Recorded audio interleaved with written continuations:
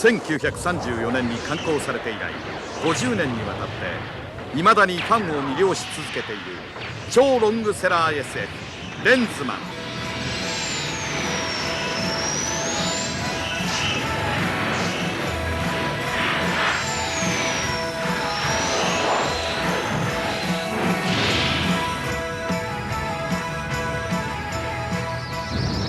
名もない少年がレンズを受け継いでいたそうだな。信じられんことだ。はあ、その少年ですが身元が分かりました。キンボール・キニスン。父親はゲイリーです。何をすんだゲイリー。キムはレンズマンとして選ばれたんだ。私はキムを、いやレンズマンを守らなければならん。ゲイリー。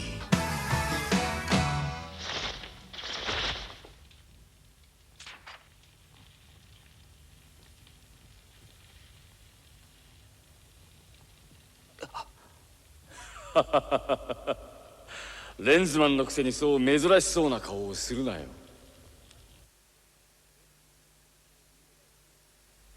僕はキム。それでいいキム。さあ君の仲間を助けに行こう。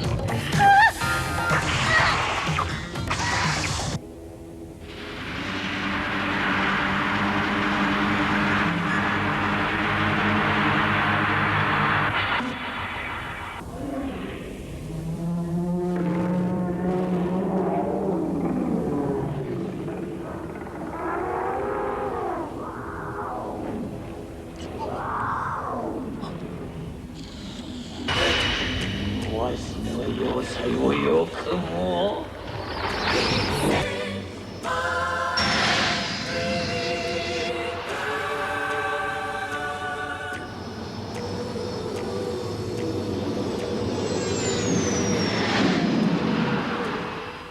銀河同盟が滅びる。そのレンズマンが50年目にして初めて映画化された。この映画はデジタルアニメーションと呼んでいる。ではそのデジタルアニメーションとは今までのアニメーション映画とどこが違うのか。これからその神秘を探ってみよう。キンボール・キニス、お前はレンズマンに選ばれた。そのレンズがお前の行くべき道を導いてくれよ。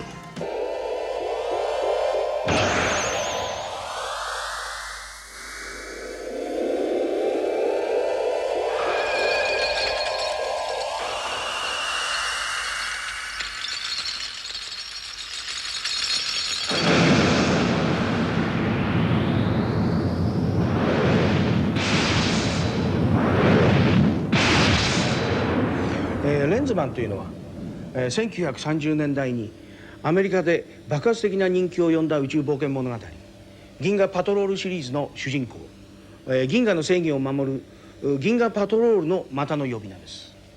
でこの原作者のエドワード・エルマン・スミスという人はもともと宇宙冒険の舞台を太陽系から広く銀河系まで広げた原作者として非常に有名な人なんですけれども、このレンズマンシリーズはそれから約20年にわたって、書き継がれハードカバーで7冊という長いシリーズになり、その膨大なスケールのために今まで何度も映画化が企てられながら実現しないできたものが今日こうして、我が国のアニメーションの技術とそれからこうして新しく現れたコンピューターグラフィックスの技術とが見事に溶け合って初めてこのレンズマンの映像化が実現したわけです。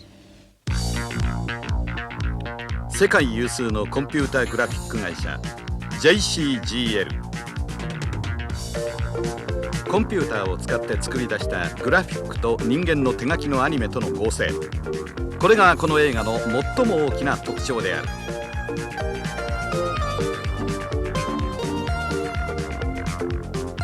コンピューターで作ったとは言ってもそのデザインおよびそれをコンピューターに細かく指示するのは人間である。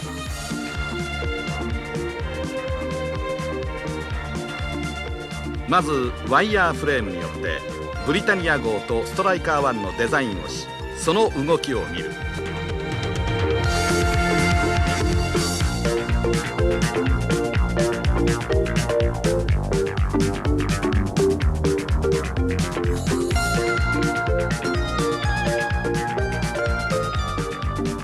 それらが OK となったら今度はフレームに色付けをして面を作る。これをレンダリングといい、今レンダリングされた絵が一枚一枚呼び出されている。コンピューターとの会話はほとんどが数字である。ラフな絵を1枚作るだけでも相当な時間がかかる。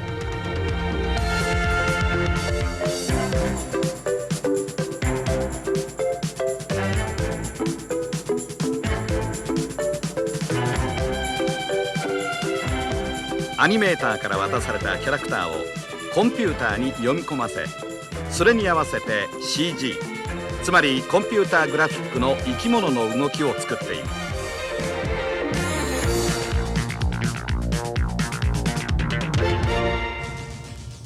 これが完成した画面。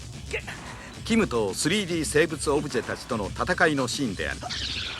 CG のキャラクターをセルアニメのキャラクターの前後両方に出没させるのは実はちょっとしたテクニックなのである。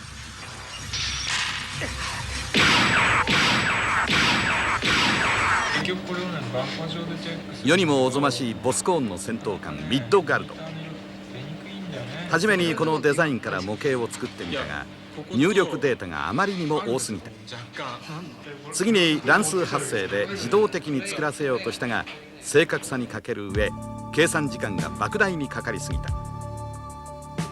結局長い試行錯誤の末1秒間に1億5000万回の演算を行うスーパーコンピュータークレイワンの力を借りて完成することができた。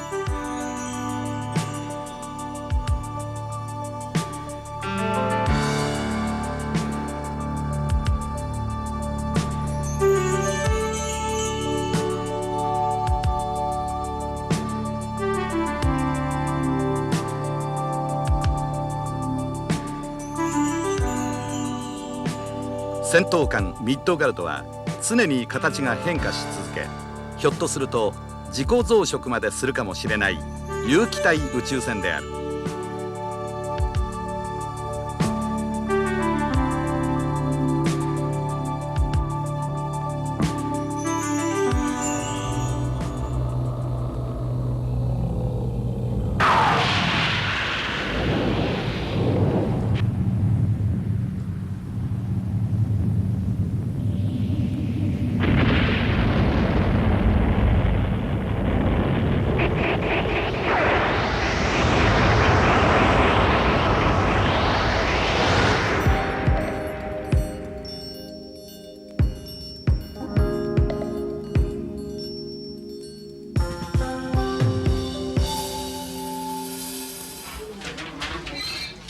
ここでは人手で絵を動かす作業をしている。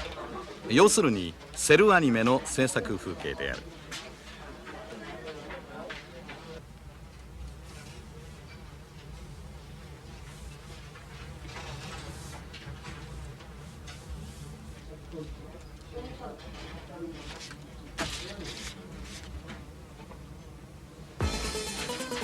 アニメーターたちは1秒に24枚も使う絵を一枚一枚手で描き上げてキャラクターたちを動かす。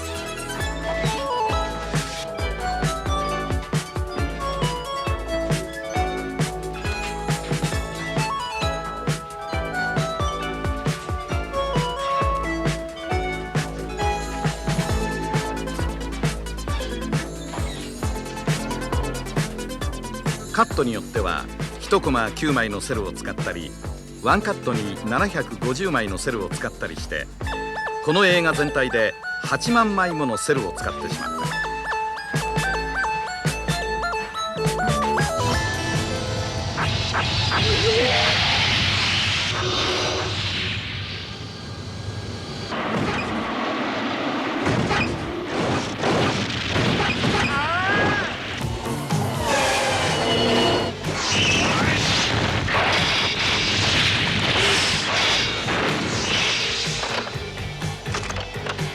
またこの映画で注目してほしいのは背景動画で、普通のアニメと違って背景もキャラクターと一緒に動いている。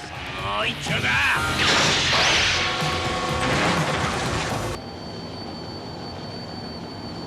早く飛べ。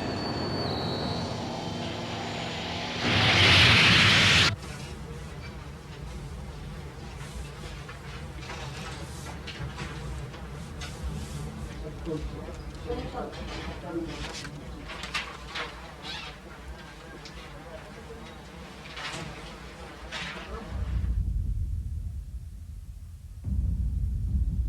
が身を傷つけて幻覚を解いたか。なかなかやるな。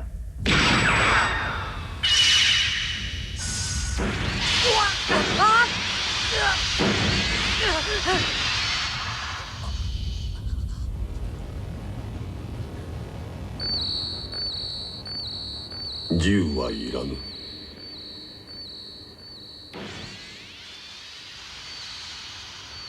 武器の力では倒せぬ。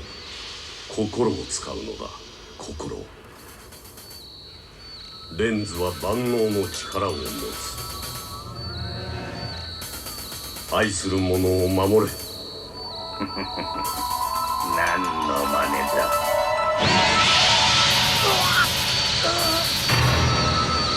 どうだ、手も足も出まい。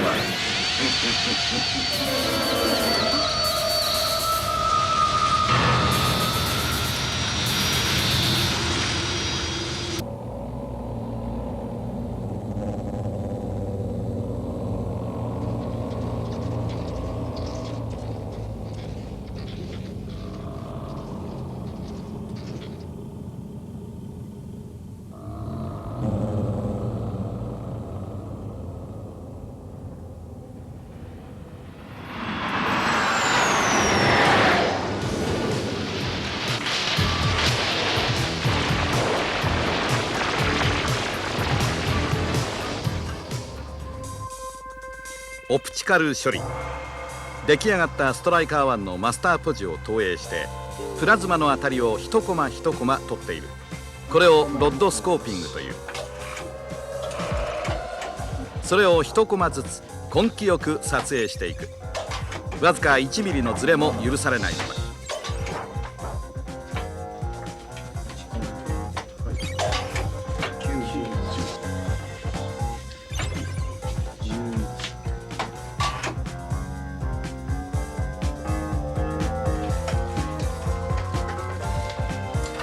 撮影したネガを合成するのだが、一度に40合成まででき、それを何回も繰り返し複雑な合成シーンを作り出す。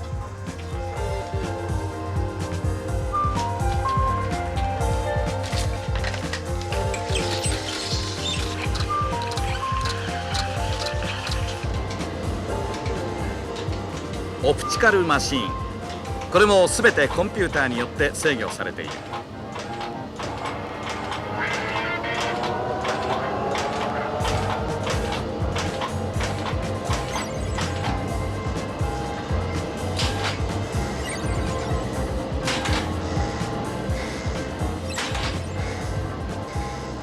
間にフィルターを入れることによって光を拡散させフレア効果を作る。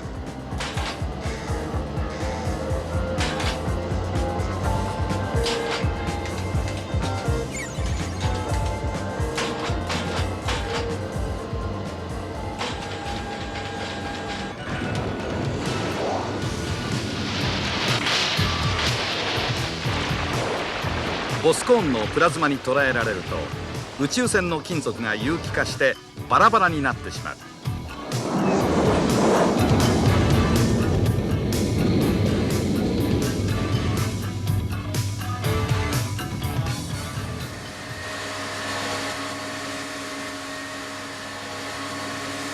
日本のというより世界のアニメーションの最先端を行く撮影システム、イメージプロセッシングシステム。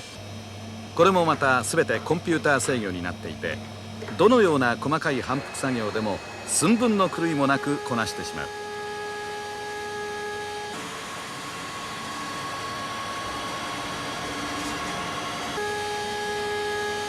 コンピューターグラフィックス、セルアニメ、オプチカル、スリットスキャンなどさまざまな異なる映像の最終合成をここで行っている。またこれ自身で行った特殊効果だけでも80カット以上になる。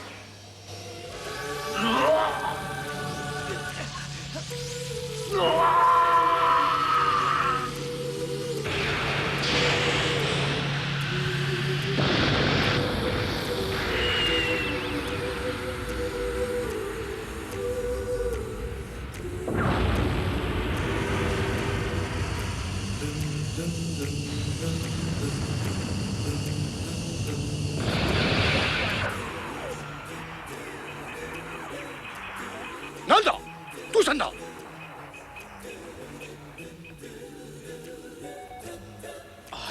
ものすごいエネルギーの放射です。なんというパワーだ。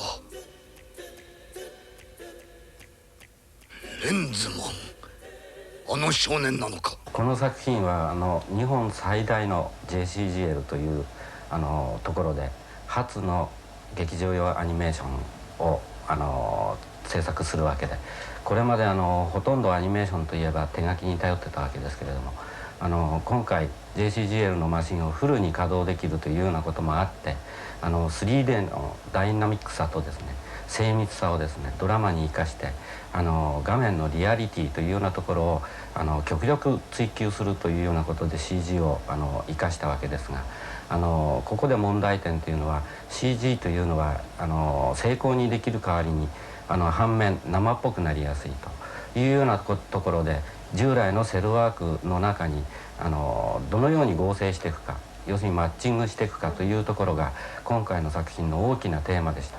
それでこの作品においてそのマッチングのし具合というのは本編を見ていただけば分かると思いますが、いろんな面で苦労をしております。たかが仲間一人を救うために罠にはまってくるとは、地球人の愚か者め。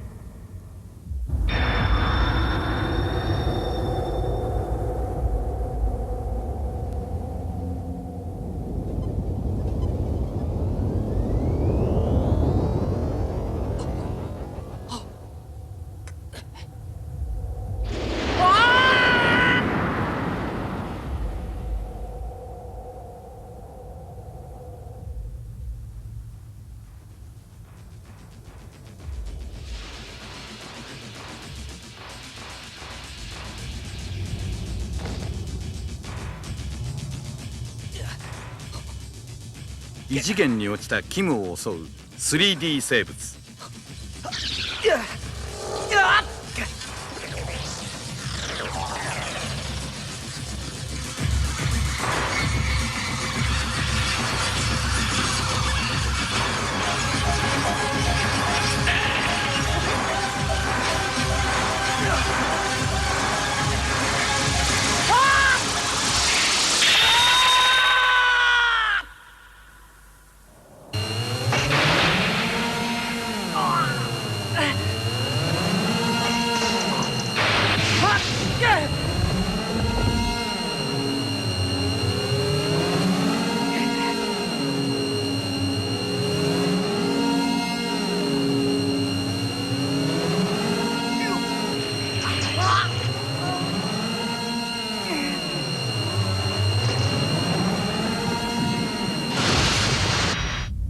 レンズマンが生きていただと。申し訳ありません。仕留めたはずがどういうわけか。バカ者どもめが、もうお前たちには任せておけん。まさか私まで。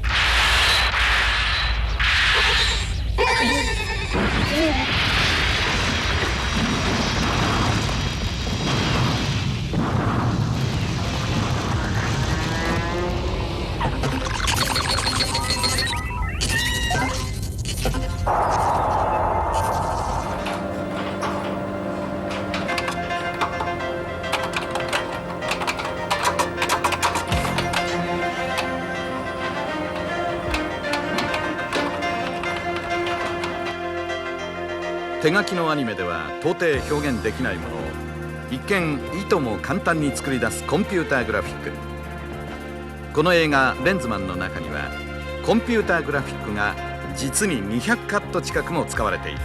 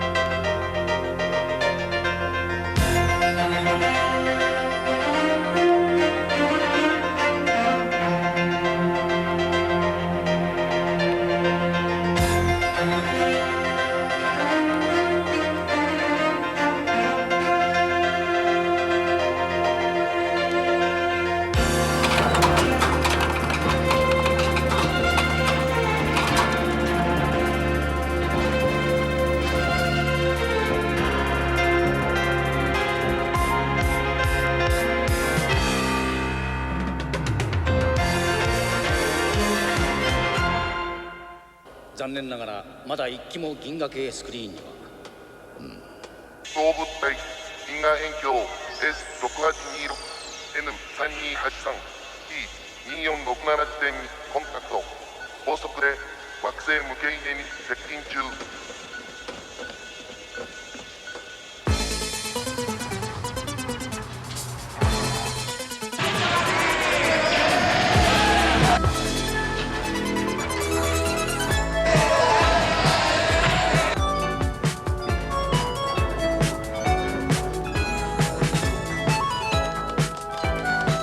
こんなことになるならきちんと講習を受けとくんだったわ。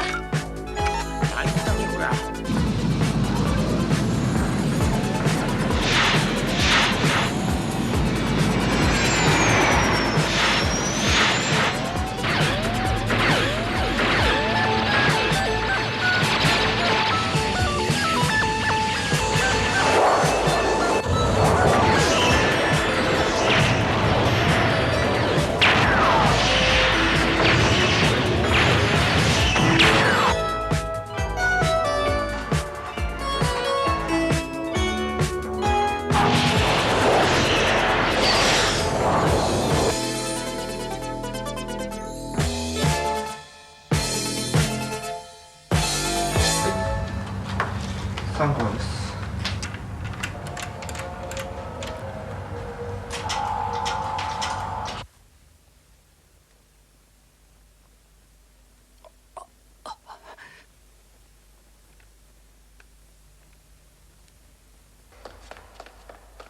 クリスどこだ？クリス！クリス！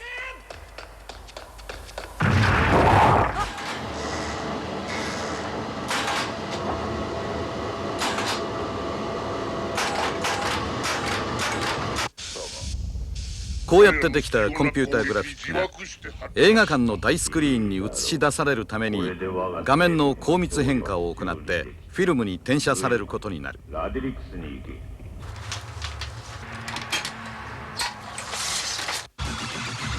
この映画にはミニチュアなどを使用した偽 CG は一切入っていない。全てコンピューターを使って創造した本当の本物である。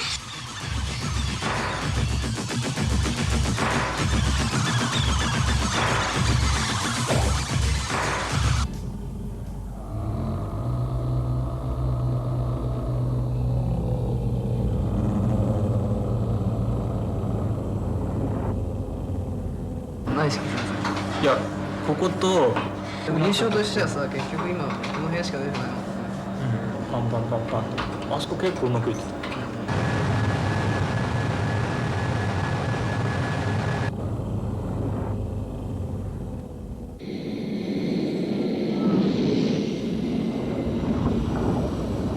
相対性理論に基づく正確な高速突破の描写、一瞬のワープシーンである。ビデオを戻して見てほしい。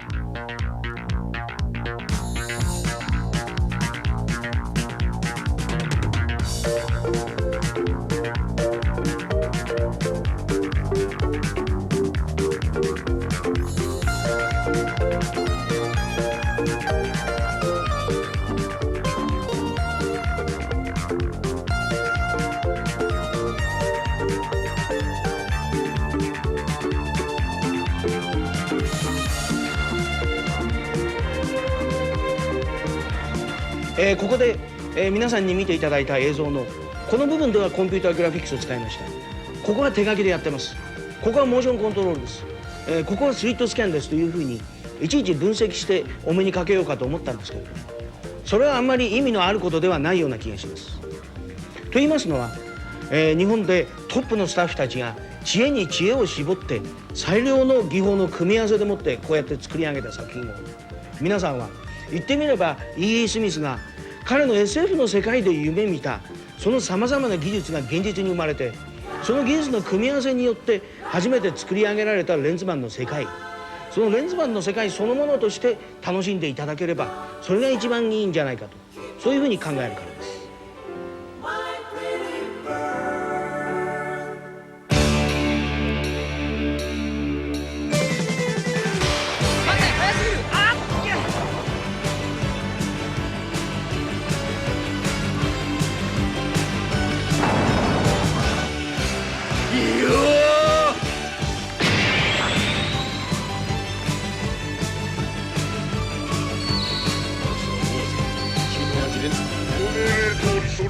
この銀河宇宙を督する一大勢力ボスコーンのヘルナス、それに対抗する正義の軍団銀河パトロールと若きヒーローキム・ボール・ギニスン。彼は不思議な力を秘めたレンズを武器にボスコーン軍団に決戦を挑む。彼を助けるヒロインのクリス、同じくレンズマンのウォーゼル銀河パトロール隊。